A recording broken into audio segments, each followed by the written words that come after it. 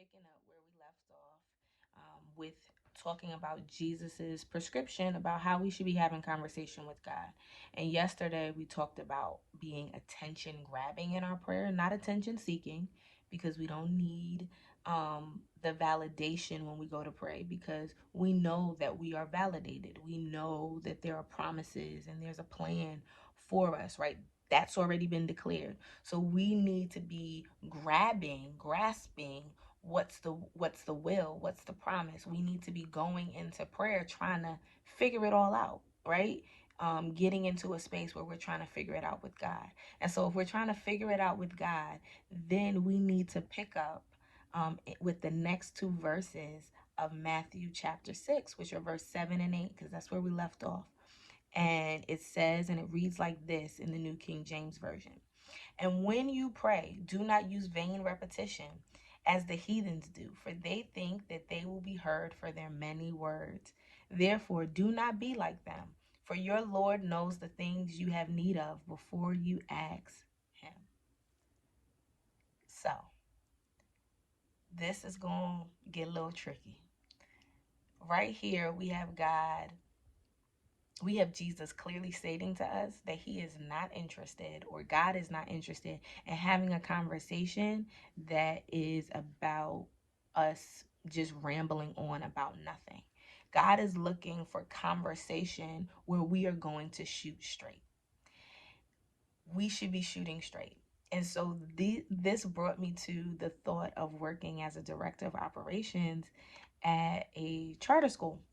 And so while I was in the position, one of the things that used to drain me was having conversation with people, and it was never amounting to anything. Like, it would just be people stammering on about things that they had already expressed, that was already made clear, that I had already told them, that they had already told me.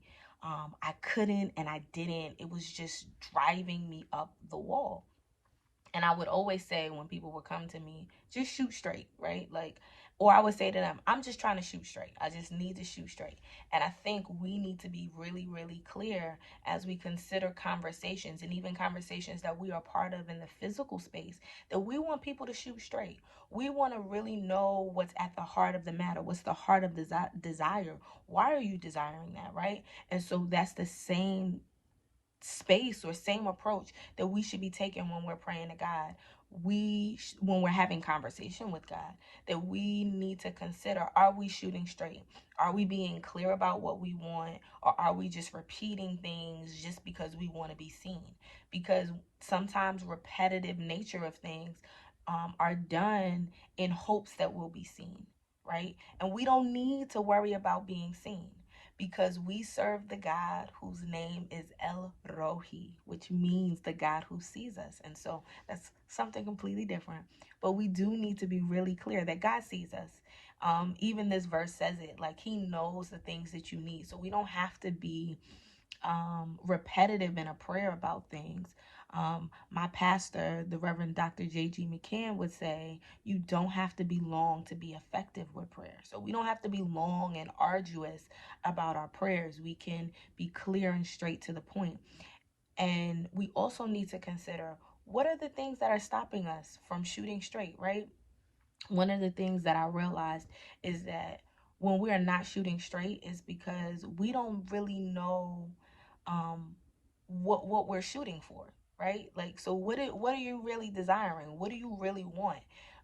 And why do you really want that thing? Like, we have to be honest.